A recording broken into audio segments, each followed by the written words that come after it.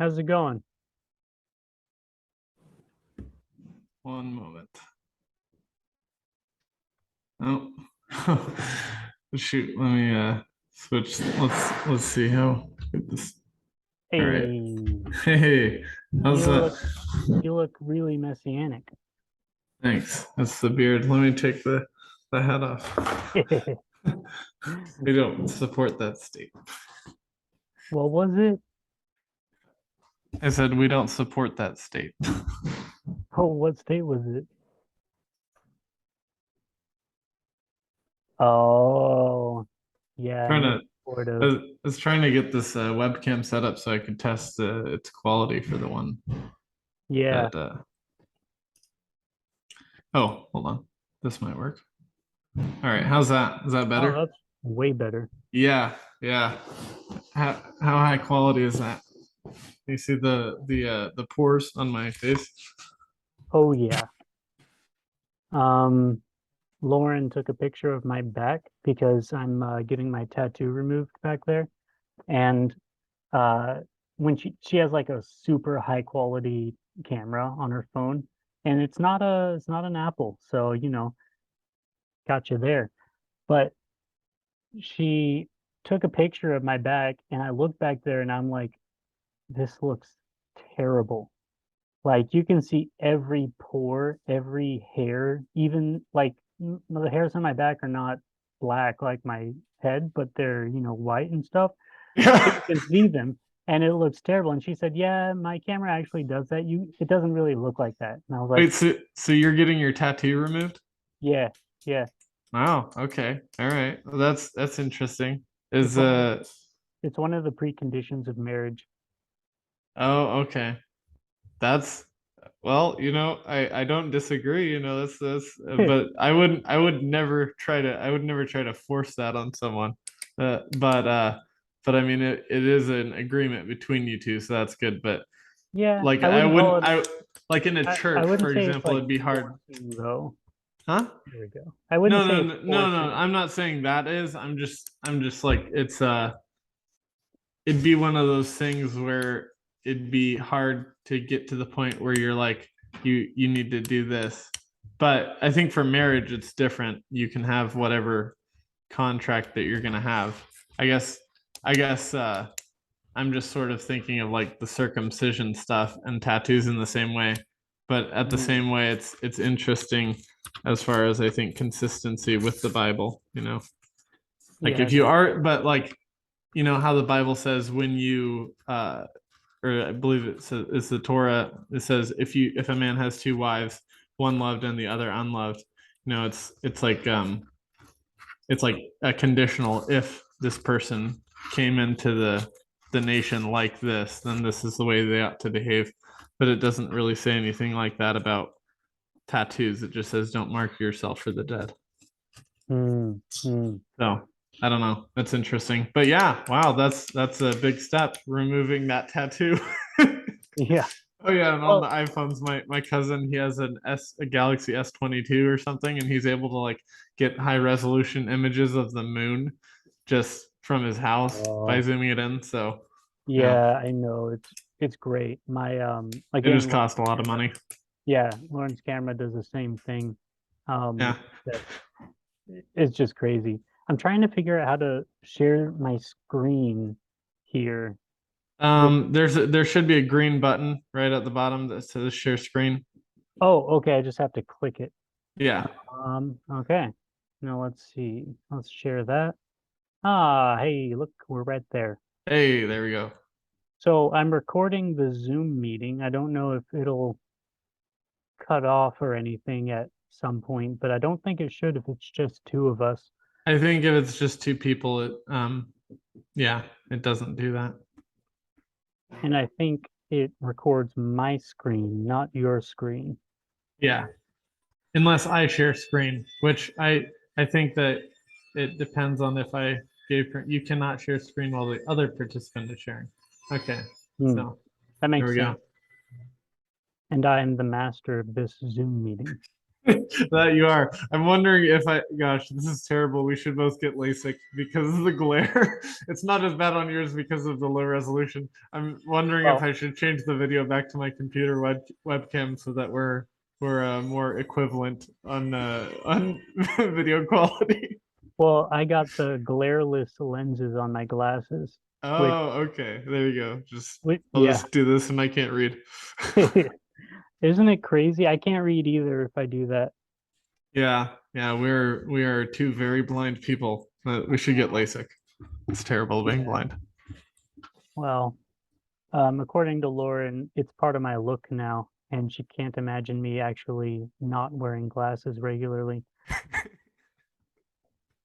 I can because I've seen it, but Yeah. it works either way. It's just Uh, in an in an apocalypse scenario. This would be a terrible deformity for us. it would. It would, that's for sure. Yeah. Well, with that said, let's get started. I typically introduce the podcast just by saying, welcome to the next episode of Messianic Bible Study. Um, but I never remember which one we're on. So I just say that. I don't say episode X or whatever. But Mhm. let me introduce you. This episode, and hopefully for the foreseeable future, my good friend Michael Kimball is going to be joining us. And he has spent a lot of time, basically his whole life, um, studying as well, pretty much almost as long as me, although I've done it a little more formally. You do it more on your own and everything. But he's a great personality, and I think it'll make the entire podcast a lot more fun with having you here. And so, with that said, do you want to say anything before we get started? Yeah. Well, no, I would just say that you've also been studying more consistently than I have, and I have only recently gotten back into regularly studying. Um, it's easier to pick up after not doing it for a while, but um, yeah, I definitely sort of fallen off on that. But the last probably month, I've been studying the Torah portions every week and Hmm. just sort of going into them and trying to trying to regain some of that knowledge. Hmm. Well, that's perfect. We all start somewhere. I was telling my younger brother, Levi, that if he starts now, he's 13, of course. If he starts now, he'll be far further along than I was when I was 21, which is when I basically started really taking study seriously. Yeah, yeah, But no, that's always good because one of those things that I was talking with our friend Michael Gonzalez about, or actually, it was just during his kid's birthdays, he brings this up that we just don't have a rite of passage. We don't have mm, a coming of age ceremony in American culture, and so we all just have to sort of figure out when we're going to decide to follow God at random points. So you have people like, oh, I came to God when I was 60. I came to God when I was 6 years old. It's just a big mix of different things that people have about their stories. Whereas, if we had a more formal coming of age ceremony in our culture, then it would be a little bit more uniform. Like people would understand, oh, okay, this is when you started, really taking God's word seriously, or this is when you decided to fall off the deep end. I think that it's unfortunate we don't have that, and I think that leads to a lot of our generation sort of being easy to sway away from the word of God because yeah, we just have to do it ourselves instead of having some sort of cultural push to do it. right, right. We all just sort of make our own way, and that has its ups and its downs. But one of the downsides, like you said, is we're just, we all invent basically our own religion, and that's unfortunate. Yeah. But with that said, let's get started on the reading. Today we're in Genesis 29 and we're continuing the myth of Jacob, or I suppose it'd be the myth of Isaac, because we haven't actually got into the myth of Jacob. Like it hasn't actually said these are the generations of Jacob. But um, I would say I could read, how many are there? I could read 15 and you could finish us off. All right. Okay. Then Jacob went on his journey and came to the land of the people of the east. As he looked, he saw a well in the field, and behold, 3 flocks of sheep lying beside it. For out of that well the flocks were watered. The stone on the well's mouth was large, and when all the flocks were gathered there, the shepherds would roll the stone from the mouth of the well and water the sheep, and put the stone back in its place over the mouth of the well. Jacob said to them, My brothers, where do you come from? They said, We are from Haran. He said to them, Do you know Laban, the son of Nahor? They said, We know him. He said to them, Is it well with him? They said, It is well. And see, Rachel his daughter is coming with the sheep. He said, Behold, it is still high day. It is not time for the livestock to be gathered together. Water the sheep and go, pasture them. But they said, We cannot until all the flocks are gathered together and the stone is rolled from the mouth of the well. Then we will water the sheep. While he was still speaking with them, Rachel came with her father's sheep, for she was a shepherdess. Now, as soon as Jacob saw Rachel, the daughter of Laban, his mother's brother, and the sheep of Laban, his mother's brother, Jacob came near and rolled the stone from the well's mouth and watered the flock of Laban, his mother's brother. Then Jacob kissed Rachel and wept aloud. And Jacob told Rachel that he was her father's kinsman and that he was Rebekah's son. And she ran and told her father. As soon as Laban heard the news about Jacob, his sister's son, he ran to meet him and embraced him and kissed him and brought him to his house. Then Jacob told Laban all these things, and Laban said to him, Surely you are my bone and my flesh. And he stayed with him a month. Then Laban said to Jacob, Because you are my kinsman, should you therefore serve me for nothing? Tell me, what shall your wages be? Now Laban had 2 daughters. The name of the older was Leah, and the name of the younger was Rachel. Leah had weak eyes, but Rachel had a lovely figure and was beautiful. Jacob was in love with Rachel and said, I'll work for you 7 years in return for your younger daughter, Rachel. Laban said, It's better that I give her to you than some other man. Stay here with me. So Jacob served 7 years to get Rachel, but they seemed like only a few days to him because of his love for her. Then Jacob said to Laban, Give me my wife. My time is completed, and I want to come to her.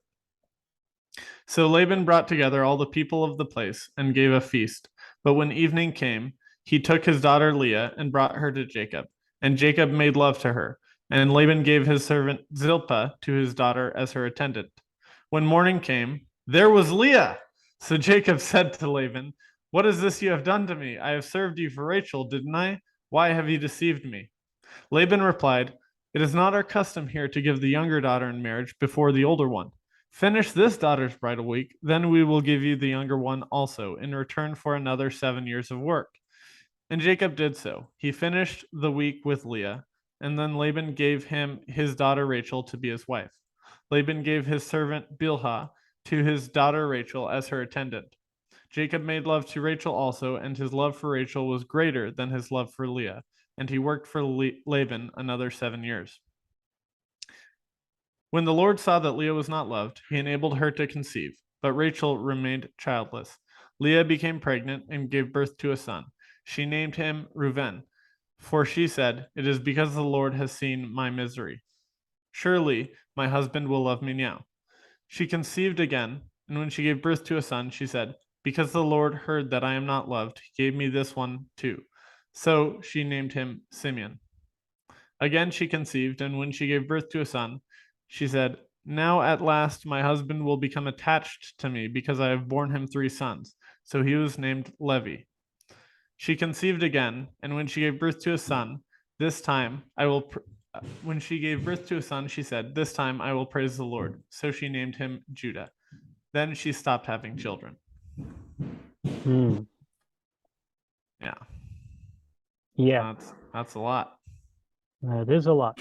So we've the theme that I see pretty much uncovering itself through the life of Jacob and through this general myth of Jacob is the Hmm. idea of the you have the idea of the two brothers, the sort of what would you call bombastic, uh, outgoing hunter sort of brother that would be Esau versus the sort of the meeker but somewhat deceptive trickery sort of brother, and that would be Jacob. And you have this theme playing out in most of the myths that actually have this theme within them. The bombastic brother typically is the one that wins out in the end. So you have like Thor and Loki, for instance, where Thor is the one who's always winning, at least in the modern iterations. Um, in this story, of course, Esau is actually not the good guy. He's seen as, yeah, the bombastic one, but also he's seen as very unwise for marrying the daughters of the Canaanites and then the Hittites, and also very uncommitted to God. And Jacob, on the other hand, is seen as very committed to God. At least he's committed to the traditions of his fathers and doesn't yet have his own personal covenant with the Lord, which he begins to make back in Genesis 28 on his road here. But what you see continuing is you see a variety of other themes that are starting to unwrap themselves. You see the woman at the well theme where Jacob, he meets another woman, or he meets a woman at a well, and this is seen, or this happens with Rebecca and Abraham's servant, and you see that she is a shepherdess, which sort of gives you like kingly vibes back in those days. To be a shepherd is also not one to one, but to be a shepherd is oftentimes seen as being a king. And so she has these more Esau-esque traits. She's the one helping with the flock. She's the one going out and doing things. And she's the one who has more kingly vibes, while Leah, on the other hand, is more akin to Jacob. And she's, well, the rabbinic thought around Leah is the reason that she has weak eyes is because she knew that she was supposed to be given in marriage to Esau, but she knew how wicked he was, and so she cried herself to sleep every night and lost all of her eyelashes, and therefore she had weak eyes, which it doesn't like that's not found in the text, but it demonstrates the general mythology around her that she was definitely more of the righteous um, uh, thinking of the two sisters, and Rachel was a bit more of a partier, which probably is why Jacob liked her. I mean, how many of us really like a beautiful girl, but turns out she's not so righteous, but then we just don't care for, I don't know, the first year or so, but then it turns out that we made a mistake on that front. What do you Yeah, think? well, yeah. I mean, I think that actually going a little bit back to that Jewish tradition. I was talking to a friend, and it was Michael Gonzalez, and Hmm. I was asking about his advice on using rabbinic text to sort of inform the text a little bit, and he tended to agree with me that while those things might not be found in the text, I think that they are they generally are an overall benefit to us when we're studying, because especially in this story they seem to sort of emphasize the different characteristics of the different people. For example, going down to where Laban runs out to Jacob, the rabbis, or at least Rashi, basically recounts when Laban is hurrying out. It says that he hurried out to Jacob because he's thinking, oh, from Abraham. So he's being reminded of Eliezer when he came with 10 camels and all those servants with gold and gifts for the family. He wants money. We already know from reading later that Laban's a greedy person, so this is kind of just emphasizing that. It says, he hurried to meet him. That's one. He embraced him and kissed him. So that's 2 and 3. Rashi says when he embraces him, that's because when he sees that Jacob has nothing, no servants, no riches or anything, he hugs him to see if he has gold coins in his pocket. And when he hugs him and doesn't find any gold coins, he kisses him to see if he has pearls in his mouth. And so, even though these things aren't, literally in the text, and maybe they're not true, maybe they are, it doesn't really matter because it's used to teach, and I think it does a pretty effective job at that. And I think as we read further with the story of Rachel and Leah, that we do see that Leah has more of a tendency towards God, as she didn't steal idols to presumably use for worship later on in the story. You know Right, so right. then going back to what you were saying, the next thought, I'm kind of spacing what had you said. I said a few different things about The last thing. talking about Rachel at the well, the righteousness of Leah, the relatively party-ishness Yeah. and thoughtlessness of Rachel. Well, Okay. it's Yeah. interesting that you do have like in the text, you can come away with the idea that Rachel is generally thoughtless. Like you said, she steals idols and all this other stuff. Um, but it's also really interesting that she is, at least in Judaism, one of the models of the faith for women.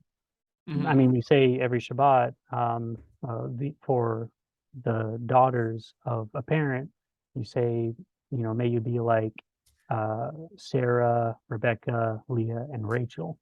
Yeah. So I think it's interesting. Maybe it's more of a colloquial thing that we put Leah first, or maybe there's something to that. Um, just because Leah is the one who sort of continued on with Jacob, and she was buried with Jacob, and so I think that's actually, and I don't think that there's anything in the Torah for by a mistake, and so I think that saying has some amount of importance. The fact that Rachel died before they uh, really got back to the promised land and were able to establish themselves. Mhm. But yeah, I think that the interesting part about Rachel is it does sort of explain that she was a shepherd, she was a hardworking woman.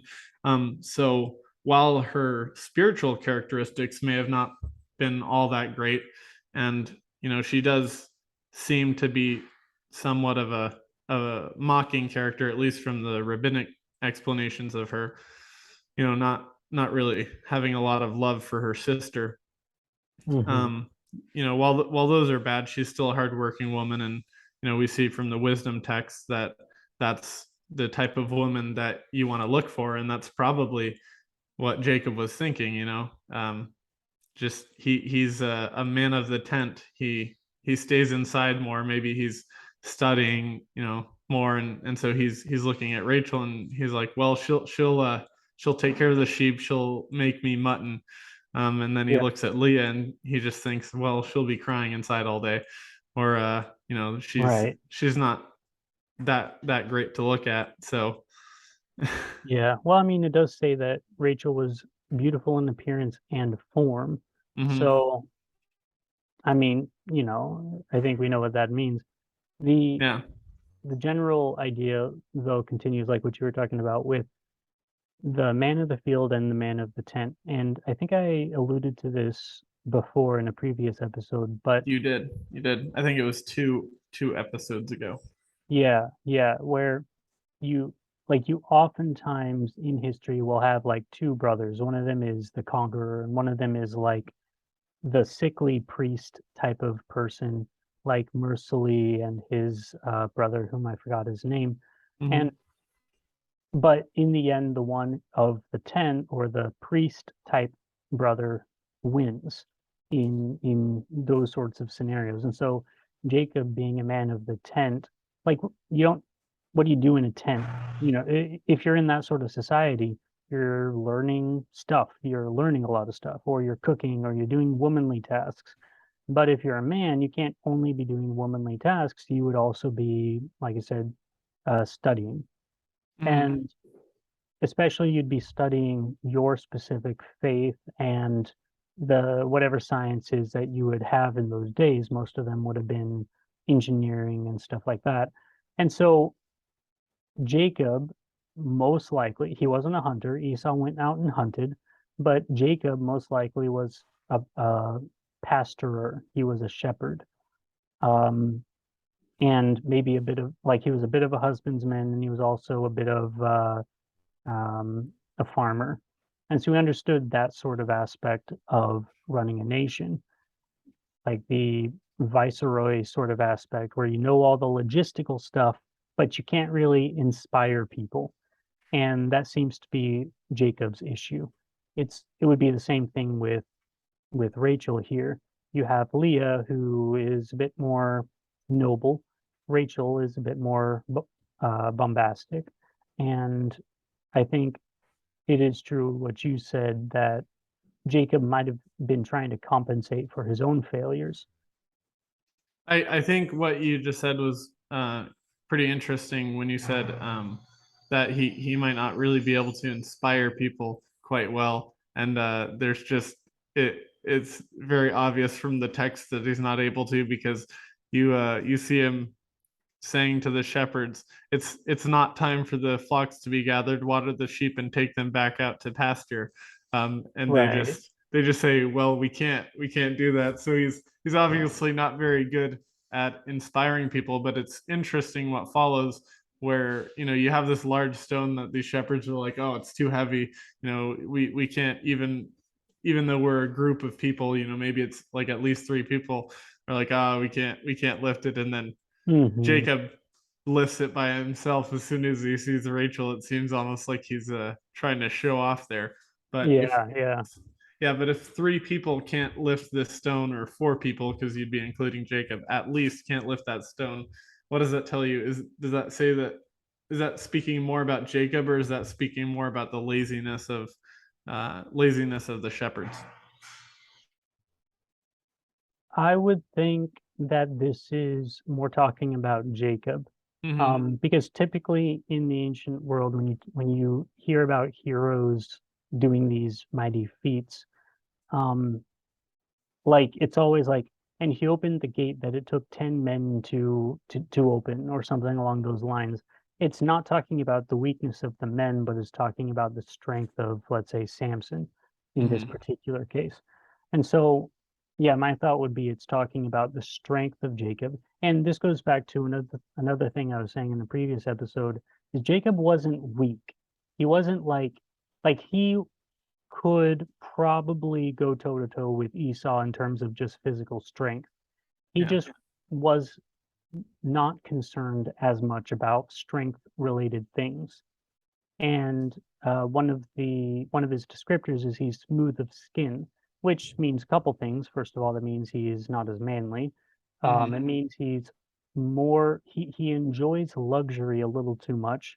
Like in the Bible, when it says he's somebody, or you have a people smooth of skin, you're talking about a an empire or a nation that is generally adept at not working hard. Yeah. I don't think that speaks too much about Jacob, but what it does speak about is he's not like calloused. He doesn't have the rough hands of a man who's constantly going out, crawling around, and hunting or something along those lines. What Yeah. it's talking about is a man who just prefers other forms of of service to his nation. It's the priestly element as opposed to the huntsman element. And then another thing to note about ancient kings as well is you typically did have a combination of priestly and sort of huntsman sort of elements as well. So you'd have, let's say, the king of Egypt. He was supposed to be the chief priest of Osiris or Ra, who later became combined. Um, and he was supposed to annually hunt lions and defeat them, or go to foreign nations and conquer them. Oh, look, Oh, we do have a timer. apparently. Um, so I wanted to make a comment about that really quick. I guess we're gonna have to end it in 9 minutes or something like that. Just reset it. But Yeah, you were just talking reset it. about the idea that this would be more talking about Jacob's strength, and so I found that interesting. That while he's able to be a strong or a dangerous person, he's worried more about the tasks looking Mhm. towards God. At least that's what the tradition would imply. The rabbinic tradition would imply, even though it's not extremely clear from the text. Besides, in the last chapter, it seems that he has, some sort of an affinity for God. And so that's interesting, taking into going forward to the New Testament, where Jesus says the meek shall inherit the earth, and then Jordan Peterson has a sort of commentary on that, where he says the meek aren't, Mhm. these weak, sickly people who they're so weak, all they can do is focus on God. But they're strong, dangerous people who don't who know how to kill but don't. Um, and so that's sort of interesting. You know, looking at Jacob as that same sort of figure that Jesus is talking about, the sort of figure that we're supposed to act like. We need to be capable. We need to be able to throw the stone off of the well for the pretty girl that we want to marry.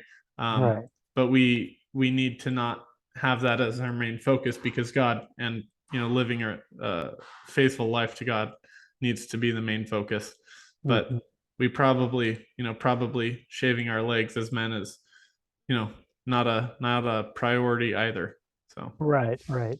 Yeah, and then one more thing, just I think this could be the final thing on this specific topic, um, is the marriage of Leah. And this is something that I find really fascinating because in those days, if a king or a usurper, which Jacob would be a usurper type, marries the wife of whoever is the king at the time, then it's sort of like he is taking on that role of kingship. And Jacob here, when he marries Leah, I mean, the rabbis, they talk about how Leah was designated for Esau while Rachel was designated for Jacob. And so Jacob marrying Leah, although he didn't want to, is sort of like providentially God is telling him, you took on this role, and then the culture around him is saying, you took on this role. Now you're going to actually take on the responsibility of that role. And Leah would be the responsibility of the firstborn of Abraham's descendants, of Isaac's children. And yeah, so in this instance, you have a clear example of Jacob taking on not just, like, let's say, the pride or the good things that come with being the leader, but God and culture enforcing the responsibilities of being that leader as well, which I find fascinating.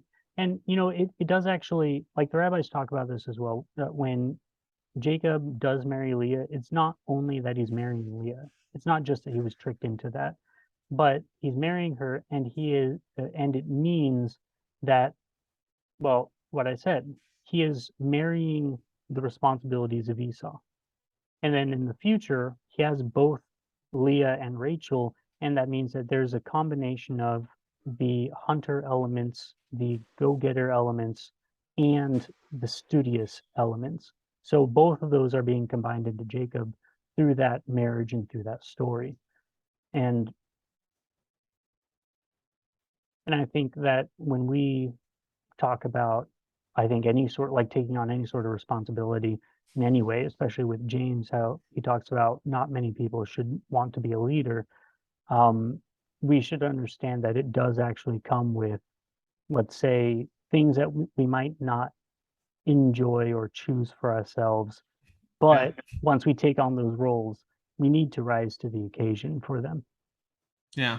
And yeah, man, I was gonna say something to that, but What, I'm what I'm about? spacing. I'm spacing on that. Yeah. Well, let's see here. We have Oh uh yeah, I was gonna say, I also think that it's important to highlight that fact that he is taking on the responsibility as the eldest since he stole the birthright. But also that I think the ancient Israelites would have, definitely seen this as um a lesson about deception. Just mhm, based on the Christian and the rabbinic commentaries on this, um, it's sort of a consensus that this was also partly God just punishing or at least teaching Jacob what deception does, and so that would have taught the Israelites about God's justice in a sense.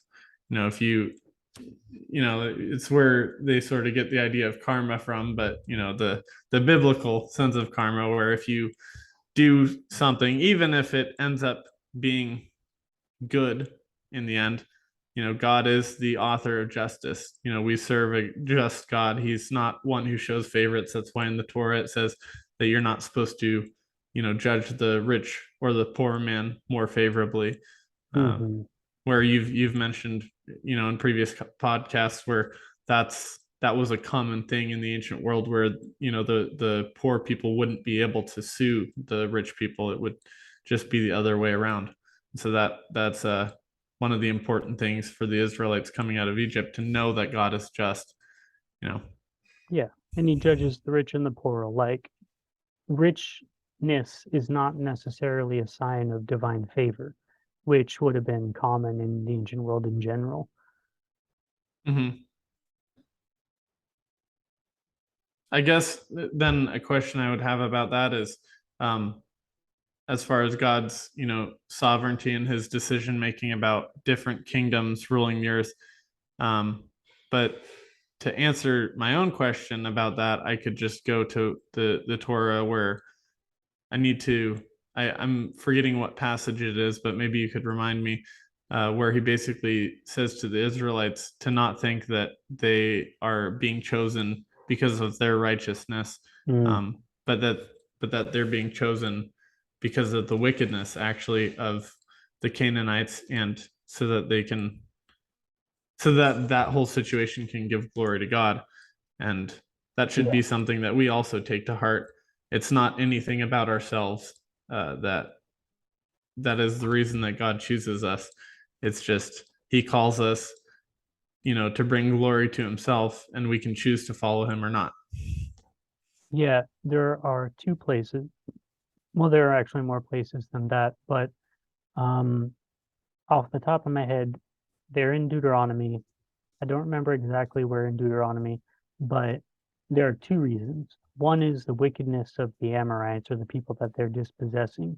And the second reason that God gives is the love of God for the patriarchs, Abraham, Isaac, and Jacob.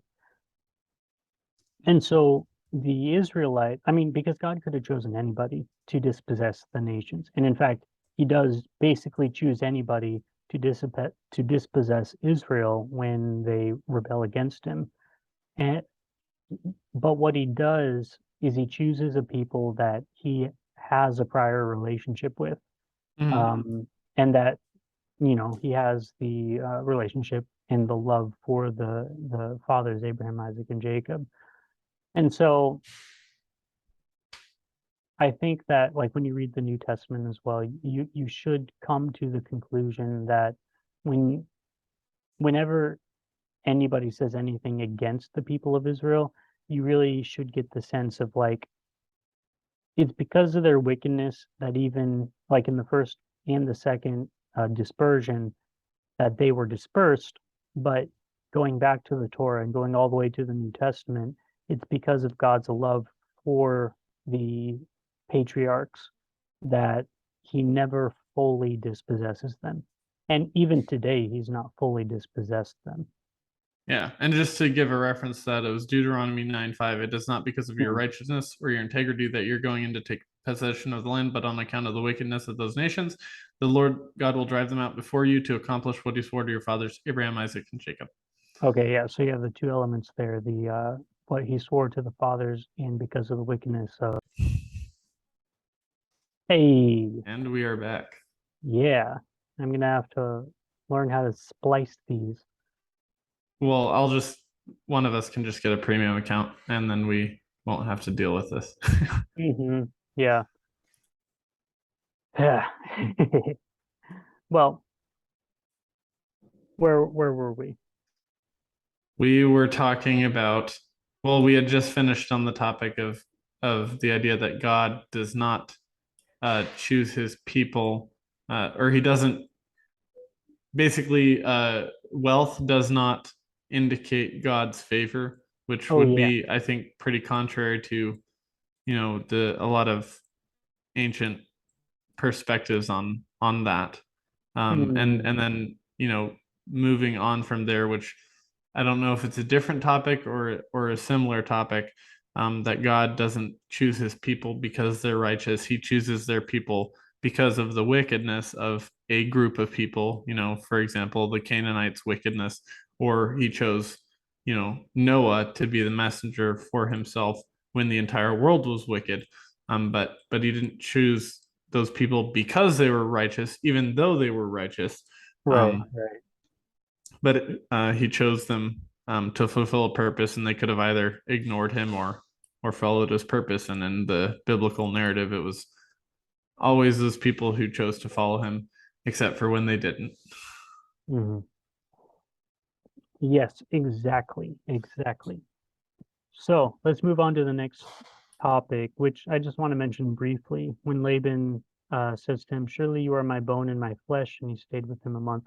And so in the ancient world, you had a certain duty to protect those people who were foreigners. Um, and like pretty much all of the ancient gods, they had the title of defender of the foreigner. At least Mm-hmm. at least the ones that, were fairly successful, because the ones that were not, God wiped off the face of the earth, like in Sodom and Gomorrah. And so, and I mentioned this before, Zeus, for instance, or Jove, if you look back and read any sort of play, I'm reading the Oedipus at Colonus play right now, and one of the things that he talks about, he comes into the city and he says, "Behold, I'm a stranger. You have the duty to protect me as a stranger and to give me refuge." But when it's your bone and flesh, it's on a whole other level. You don't just protect them, but you have the duty and obligation to seek their welfare. And this goes throughout the Torah. We talk about the kinsman redeemer, which I forgot the Hebrew terms for those, but the idea is throughout the Torah, the kinsman redeemer is the one who takes a kinsman who suffered some sort of death or injustice. And death could mean a variety of things. It could just mean shame, for instance, because that was considered like a death in those days. It could be sold into slavery. It could be a variety of things. The kinsman redeemer redeemed them. So, like the kinsman redeemer, it was his job to perform the levirate marriage. The next of kin took the wife of a deceased brother who had no children and gave him a child through her. The person who was murdered, the next of kin, the kinsman redeemer, came and would seek the death of the murderer. But And isn't that a different term in Hebrew for the blood avenger versus the kinsman redeemer, or is it the same same term, word? same Same word. term? Oh, okay. Yep. So blood avenger, kinsman redeemer, they're the same word, and that's the incredible thing when you actually just read it in the Hebrew is you understand those sorts of connections that the English, like, people don't try to confound the two, but they're the same term, and you don't always get Mhm. that in English. So there's an interesting thought that I want to pose a challenge to, I guess.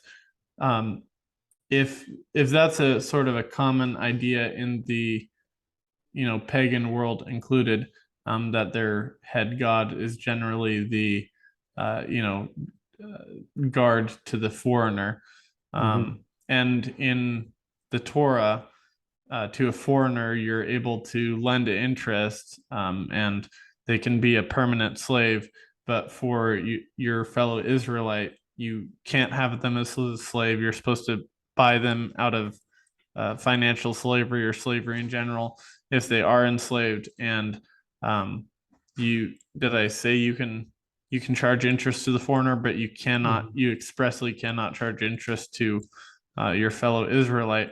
What exactly would be the sort of distinction, as there a lot of times are, between God and other pagan gods? Like, for example, how with a lot of pagan cultures at that time, they'd sacrifice their children, but Hmm. with the god, El, or the God of Israel, they were not allowed. They were expressly not allowed to sacrifice their children. What would be the difference in regards to foreigner versus blood relations? The foreigner was supposed to be protected, but they were definitely like the Torah laws are definitely better Mm-hmm. for foreigners because yeah, you're supposed to protect the foreigner, but like I don't want to speak wrongly because like off the top of my head, I wouldn't be able to give you any specifics regarding what you could or could not do to a foreigner in the other Mm-hmm. nation, but you have to understand that the foreigner was sort of like a resident. They were not seen as equal to the native born Israelites, Yeah. not legally speaking. They were seen as sort of it'd be like let's say you go to a church and you see some of the Christians who are just like entirely devoted, like they go there every week, they serve, they tithe more than 10% or something along those lines. And then you go to the Christian who is like you have a whole other group who is they go there maybe once a month, if that. They believe in God, they believe in Jesus, they're saved and all that. They don't tithe, they don't serve. They're more just there to gain the benefits and that sort of stuff. That's the difference. Mm-hmm. The one class of Christians in a particular church will receive better treatment in that church. The other ones will be reprimanded for not like they'll receive treatment, they'll be good, they'll be part of the community, but they're not going to be treated as well as Christians who are fully dedicated. And so in Exodus 12, that's what we get is the idea that if there's a stranger that comes in and he wants to receive all of the benefits of being a native born Israelite, he can convert. He is circumcised and he is a native born Israelite. He's no different legally speaking. But there is a difference in commitment to the God of Israel. One of them, if you leave, then you have committed apostasy. If you're a foreigner and you leave Israel, you have not committed apostasy. You've just Mm-hmm. you are checking it out. Now you're not checking it out. And Okay. so And so, with like we were talking about with the leadership, the more responsibility you take on, the more responsibility you take on, and there is a certain spiritual benefit to that as well when you take on more responsibility. Like when Paul says, "Those who seek high office seek a good thing," in terms of within the church, but like they have to exhibit a certain set of holiness standards, though. And so it's the same thing in the general body of Christ. Those who fully dedicate themselves to the service of Christ, it's good that they do that, but there's like a higher standard that's held to them and a higher benefit of Christ that's given to them. And I think that's kind of a controversial thing to say nowadays, but I don't see why. Like you have two people, one is fully dedicated to Christ, one is just barely dedicated to Christ. Mhm. Yeah, one, like they're equally saved, but the rewards in heaven are not equal. That's different. Mm. Okay. So, I mean, yeah, this is a little bit off topic of Genesis, but um, one of those weird things is that in Exodus, it basically says there shall be one law for the citizen and for the stranger who dwells among you. When it's talking about a stranger offering a Passover to the Lord, it says all his males shall be circumcised. Mm-hmm.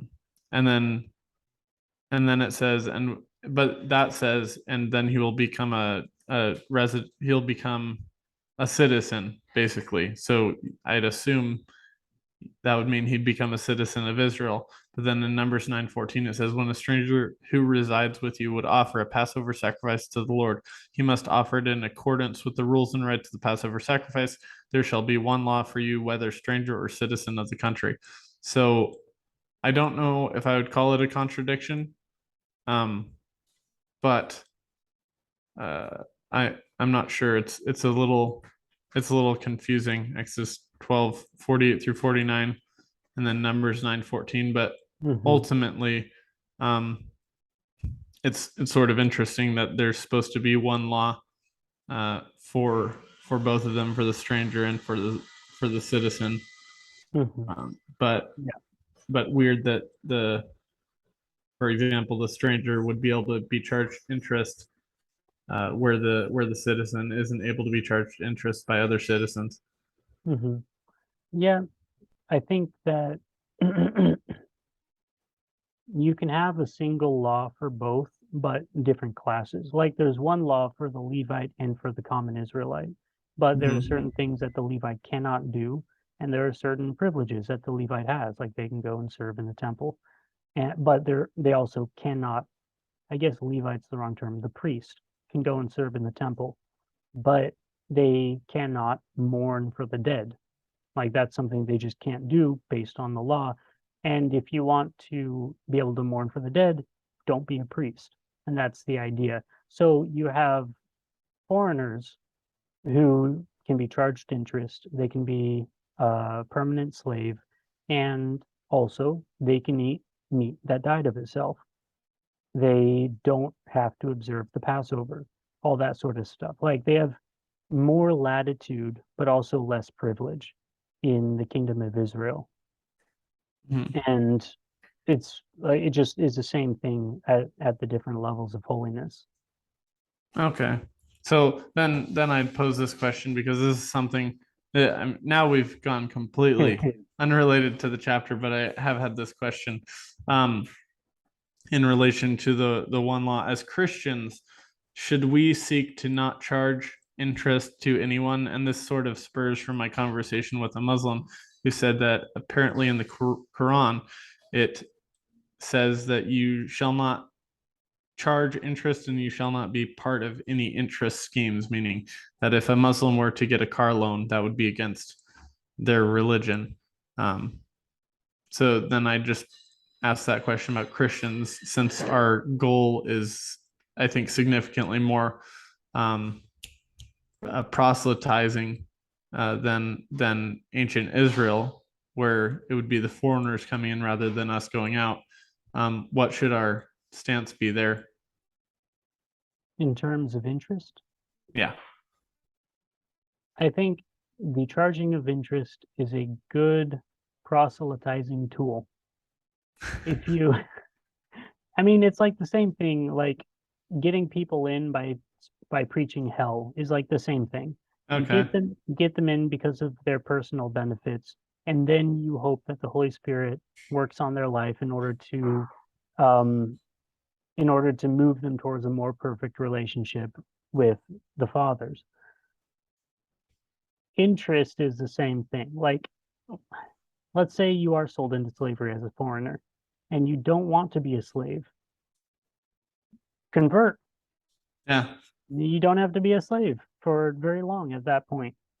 But what And if so, what if what if you are part of an interest scheme like a car loan and you weren't a Christian, and then you go to a church and you become a Christian and you tell the pastor, I have a car loan.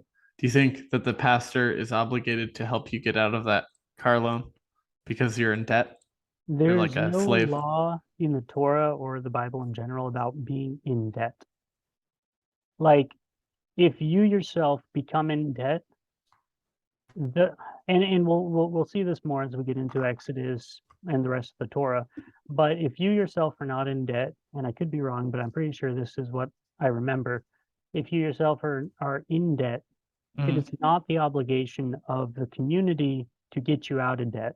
But if you become in debt beyond your means and you're going to be sold into slavery or something along those lines, this is where the kinsman redeemer comes in. It's his obligation to get you out of that debt. And Uh, I just wanted to cite this verse because I think that you're actually right. This is what I was thinking of. It's Leviticus 25:39. New International Version says, if any of your fellow Israelites becomes poor and sells themselves to you, do not make them work as slaves. So that's a little bit different from what I had thought that that was. yeah, yeah. And then there are also laws like that. If your fellow Israelite sells himself to a foreigner, then it's the community's job to pool their money together to get him out of slavery. Now, of course, this brings up some interesting problems. Like, suppose then at that point you just don't want to work and you just take out a bunch of loans, don't work Mhm. to pay them back, and you then get into debt and of course get sold into slavery. And you say, brothers, I got into all this debt. Please save me. Then you get the type of person that different parts of the Torah talk about, where you are the drunkard, you are the lazy, useless person that should be put to death. And of course, put to death would be translated into being cut off from the people, excommunicated from the people. You're no longer a native born Israelite at that point. And so at that point, you like if you're not actually trying to if you're just trying to take advantage of the system in that way, you're a worthless, useless son of Belial, and the people have the right through the judges. So they can't just do it with mob force, but the judges are allowed to pronounce you legally not an Israelite at that Mhm. point, or, you know, in extreme cases, to put you to death. So I go back to that and make it a little more difficult. I'm thinking more if a person, whether brother or whether someone who's not converted, got that car loan because they needed a car. Cars are really expensive. They're working as hard as they can, Mhm. but there doesn't seem to be a way out of it. What is the obligation of us as fellow Christians? Either way, if they weren't a Christian before when they did that and then they become a Christian, it's the same thing. I think um, they're in debt and it's very hard to get out of it. Yeah, yeah. I think I think that's where the obligation of the believers is to get together and help the person out of debt. Mm-hmm. Um, Either at least like pay off the loans or something along those lines. Um, but that works in a society where you have that capability. And We don't. yeah, we generally don't. Like, I don't want to give the Christian latitude where they should not have latitude, but if the Torah continues to apply to us, then that is one of those things that we should, and historically Christians have assumed that those commandments applied to us. So, like, historically, the Catholics do not charge each other interest because all of those interest laws apply to the Catholic Church and to Catholics in general. But that would also mean that the laws surrounding those the interest laws, including the kinsman redeemer, the pulling your resources together to get each other out of debt, those should also apply. And so, if you are part of a system that can actually do that, then that's a great thing, and we should strive to produce the system that can do that sort of thing. But even in countries that aren't the nation of Israel. yeah, I think so. Hmm. I think when you read, let's say Isaiah, Ezekiel, they talk about how Egypt or Tyre or places like that are like the Garden of Eden. And the Garden of Eden is supposed to be Israel. It's supposed to be where God's presence is. It's supposed to be where the law, Abraham, like the principles of Abraham and the people of God reside. And so if Tyre or Egypt at one time in their history were like that, then in my opinion, what that means is it's not just Israel that has those sorts of benefits from the Mosaic law. It Hmm. is any nation that's in covenant with God that takes on the responsibility and the yoke of the Mosaic law, and they receive as a nation the benefits as well as the curses that come with disobeying it. And God, although God is like, He is the God of Israel, He will be their God as well. And when they rebel against Him, He will throw them down. And that's what we get with the Egypt. I forgot the citation. It's in Isaiah, but he talks about how Egypt was the garden of God, the Garden of Eden, and her trees were like the cedars in the Garden of Eden, and he will be cast down. Egypt will be cast down with into the grave, into Sheol, with the uncircumcised and those killed by the sword. So the unclean and those who died a shameful death. And Yeah. so that's sort of the idea that I'm or where I'm getting that. But also you get like places like Isaiah 19 where it talks about how when Egypt finally turns and repents and declares the Lord as their true Lord, then they will be I forgot how it goes exactly, but Isaiah 19 talks about how Egypt will be the uh, the place where God's name is. Syria will be the begotten of God, and then Israel will be the firstborn, or something along those lines. He takes epithets that are given to Israel and sort of distributes it to the other foreign nations, Mm. indicating to me that like they can gain that status as in covenant with God if they repent and declare him as their Lord as a nation. Can they gain the same status as Israel? But before you answer that really quickly, I just want to cite that what what you're talking about. It's Ezekiel 31:18. It says, "Which Mm, of which of the trees of Eden can be compared with you in splendor and majesty? Yet you too will be brought down with the trees of Eden to the earth below. You will lie among the uncircumcised with those killed by the sword. This is mm. Pharaoh and all his hordes, declares the sovereign Lord." Yeah, so that sort of thing. And then Mhm. Isaiah 19 is the other citation. So that's Ezekiel 31:10, you said? 31:18. It's the very 18, end of the chapter. 31:18. I'll try to remember that. Yeah. Because it's talking about the beauty of Egypt for the whole chapter, and at the end of it, it says that. So, oh, and then my question was, can foreign nations, like for example the United States, if we did our best to get as close to the Old Covenant law or the Torah law, which would be very difficult to do because we see certain types of people as acceptable nowadays that we didn't short a short time ago. Could we sort of get to that same level of covenant with Israel, just not having the temple? Yeah, I would think so. Mm, I don't see a reason why not. And I think the precedent in the Old Testament would indicate that we can. And I mm. think we did. I mean, I honestly think that the United States being a Christian nation is a real thing.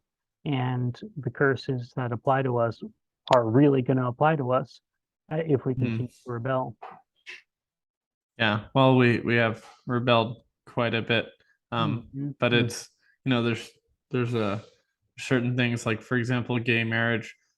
That's very clearly against the Torah, but there's no one in political offices really. There's maybe a few people, but very few people who would, speak out against that because Mhm. they're afraid of being ousted. That's just the easiest one to point out, but you know, there's plenty to point out. Several of our presidents are known for their sexual immorality, um, which is sort of a difficult thing to tumble with. But Yeah, yeah. It's definitely not ideal. But we should get back to the chapter, try to finish yes, it off. So we talked about yeah, we talked about a lot of this stuff. Um,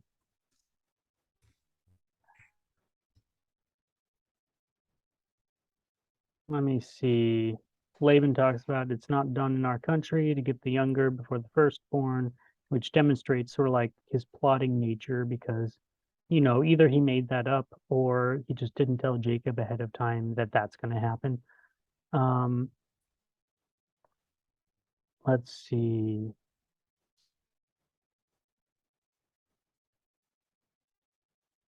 Jacob served another 7 years and then talks about the children of Leah. And the children of Leah demonstrates sort of like what we were talking about, the spiritual progression of Leah. She begins like talking about how she's hated, sort of like on a similar plane as Rachel, who is crying that she'll die if she doesn't have children. Um, but like she says, maybe like the Lord has looked upon my affliction. I am so abused. I'm not loved by my husband, even though I deceived him and went along with this and all that sort of stuff.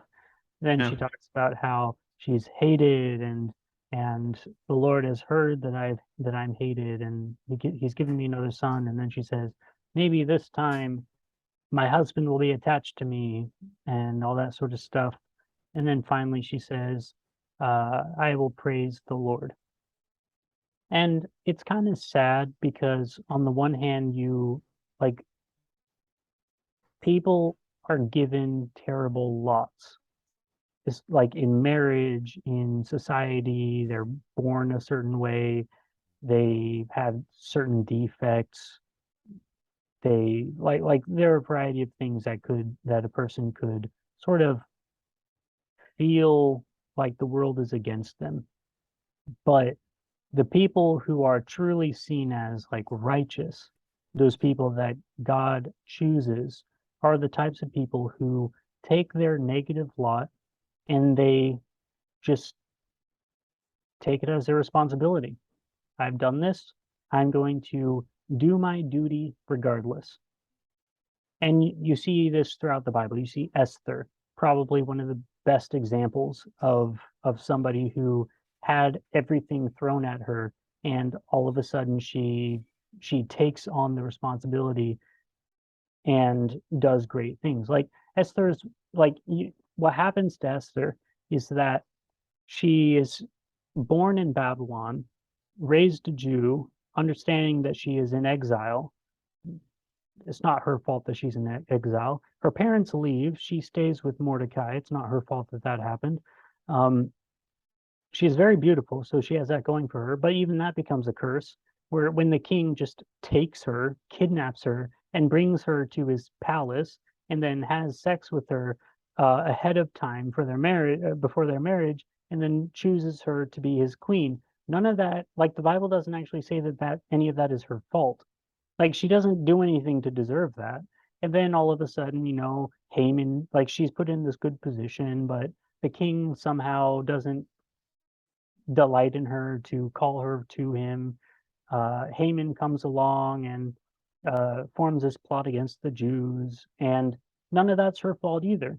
But what Mordecai says is, you were in this position and you could whine about it.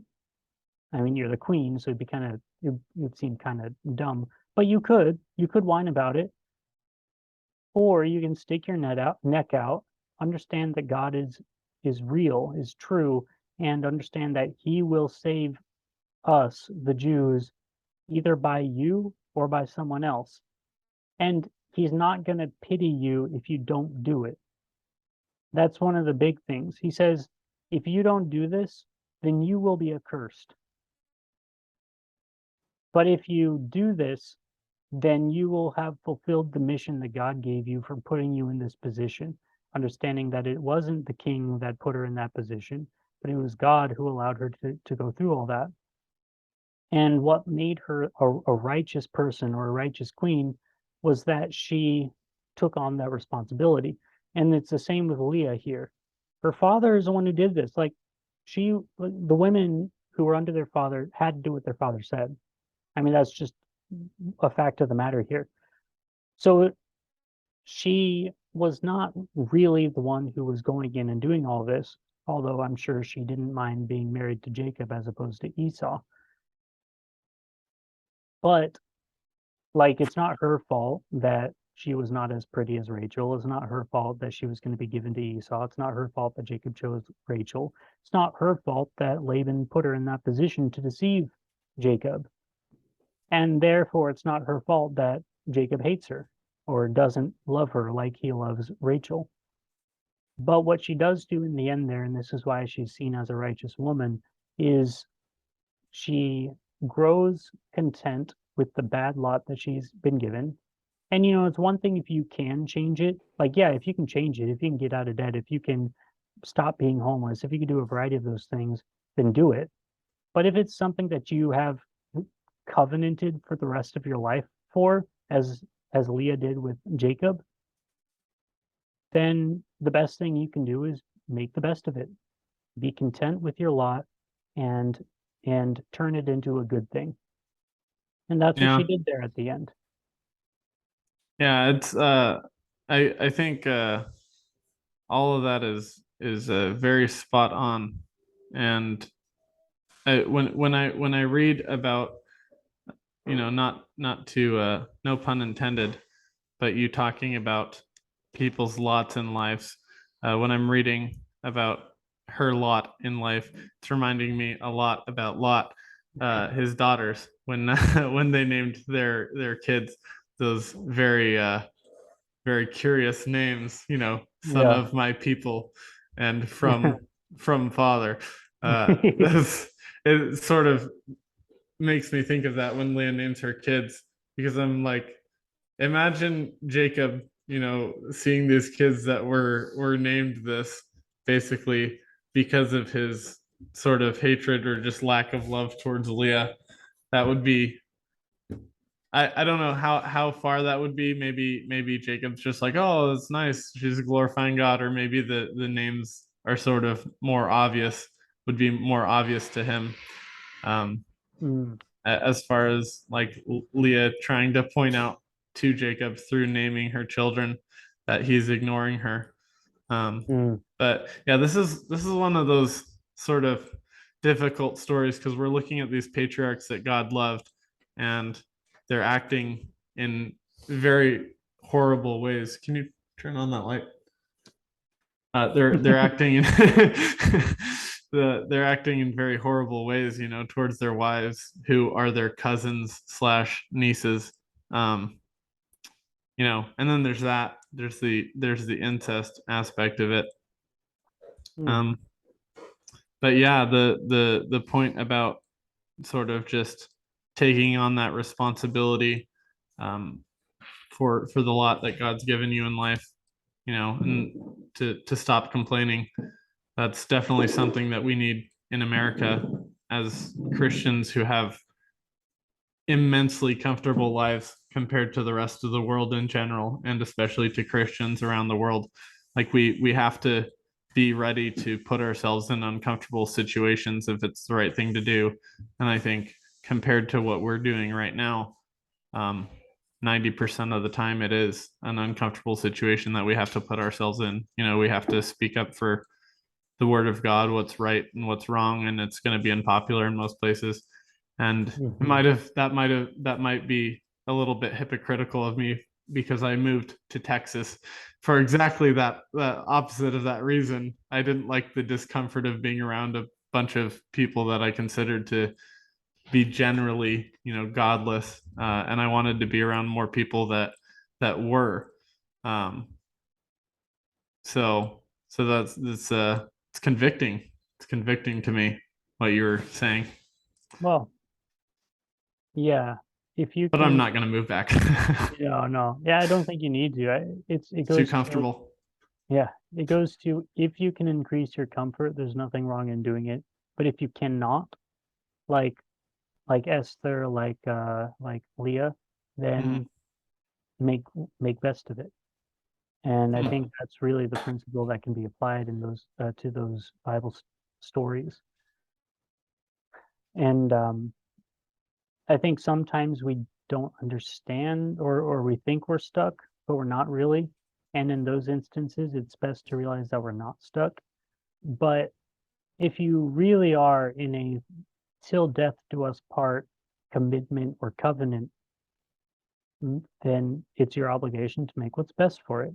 And God, although He pities you, so you get like Malachi 2, where God talks about how the men of Israel are abusing their women by forgetting about them and going off and sleeping around and stuff.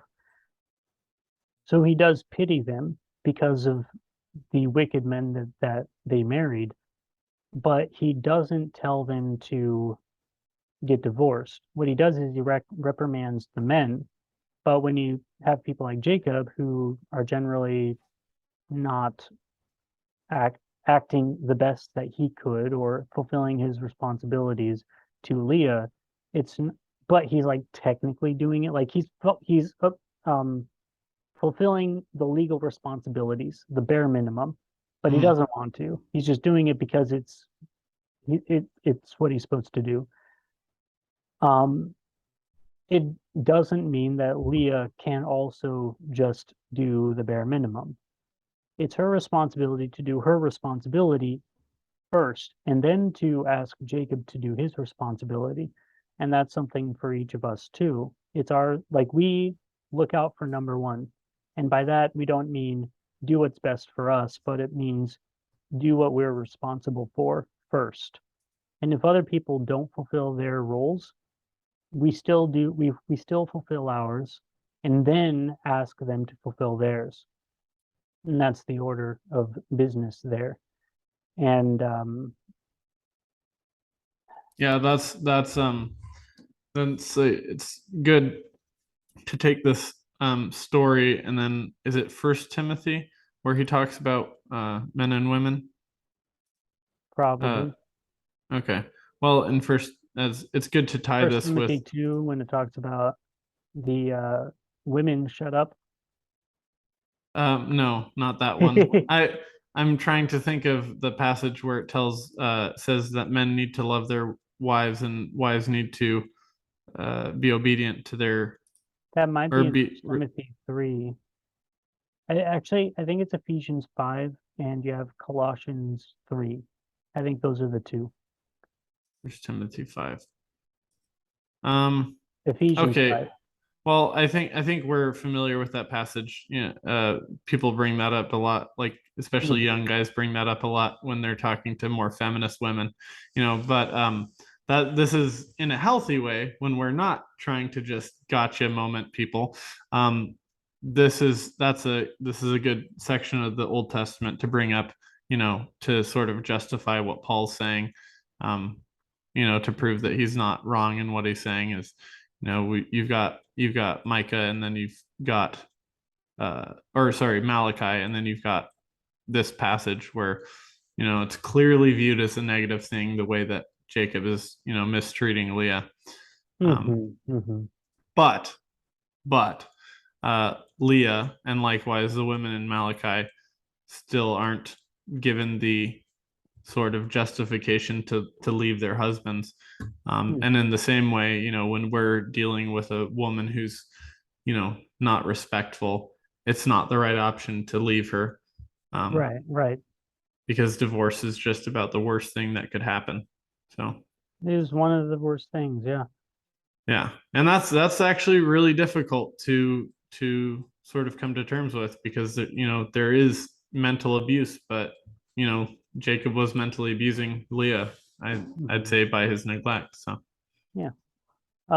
We should probably end it here. Yeah. Yeah, thank you for joining me. I hope you can join me next week as well. I'll try. I might be in Pennsylvania. We'll see. Well, yeah, I guess we'll see. Yeah. You have to tell me after this what you're doing there. But That's uh, good. for now, if you for anybody